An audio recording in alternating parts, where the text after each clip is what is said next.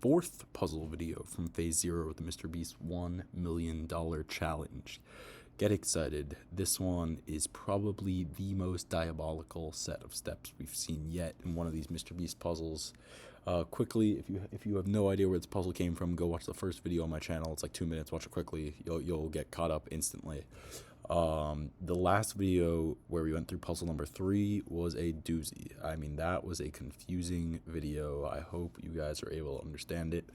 And unfortunately, we're going to continue with a confusing video, although I think this one is a bit more straightforward than last time. So the puzzle opens up. We are looking at what seem to be words, but obviously you cannot read these words. So yeah, we're gonna have to break down how to read them. If you see on the bottom where it says font is Arial Black, I typed that out there. I probably should have typed it out next to the puzzle so you don't think that's part of the puzzle. We figured out that the font is Arial Black. I didn't figure it out. Someone else did. And what that person did, who figured that out, was they also noticed that it is Arial Black on top of Arial Black when you, how do I say, remove the zero space, the overlap. So I'm going to show you the chart that they made. Here is their chart. It is a letter multiplication grid. They made it using CSS multiply blend mode. And what you can see is along the diagonal, all the letters look normal, because you put an A on top of an A, there's no, I mean, it's all overlap. There's nothing. But you look at the B on top of the A, or the C on top of the A, or the D on top of the A. My favorite to illustrate it is the eyes. Look at the eyes, because you can see, like, eyes. That's cool.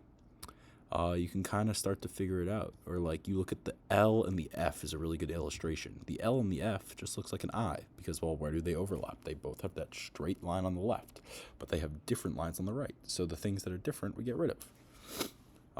So it's very cool that they were able to put this together, and this is almost your code to decode the message. So let's do the first one. If you remember, if I come back up here, the first one, it looks like it says GAN carry or something, but let's figure out what it is.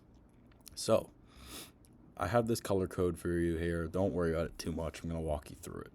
So this G here, we got to go to our red circles. So we can tell right here, that's the G in the red circle. That's, like, you can see it's the same G. So on the left, we put G, and up top, we have a D. So it's going to be the first letter. You see the first letter of our word is G and is D. Okay, well, let's keep it going. You got this little sliced in half A almost. So let's find our orange circles, because I have found the sliced in half A. And now what I will say is you could put it on the other intersection of A and L in the top center. But you would quickly notice that that kind of messes you up. So you'd have to figure out that it's this one. And it's going to give you an L for your left side word. So we just had a G for the left side word from here, and now we have an L. So you're going to have GL. And then up top, you're going to have D, and then we have an orange A. So DA. I probably could have color-coded the words down here with base, but it's okay. You guys are getting it. I can tell. And then we have back-to-back of the same ends, but that's a hint that they're going to actually be the opposite ends. So this illustrates that property that I was just talking about, how every letter is going to be on there twice. So this one's at the intersection of N and E. It's the yellow one, sorry. So the yellow one, N and E, and then this one is N and E. So it's E-N and E, and I'm not going to build out the rest of the words for you, because you can see them. You understand them. You can look at the blue, purple, gray, pink, light blue yourself if you want. The light blue, I put the light blue circle right next to the N because it's the same N, but it comes all the way over with the Y. It's the last one, so the YN. Combo there. And realistically, I mean, that is how you're going to solve all of these. We go back up here. This red one, blue one, orange one, red one, blue one, purple one. That's how you're going to solve them. Is you have to find them in the code. So now before I click next, let's talk about Glencairn and Danesbury. What are those? Great question. This is probably the most devious thing we've seen yet from MrBeast. And now I can tell you, we're going to see a lot more crazy things. Like, this is the tip of the iceberg.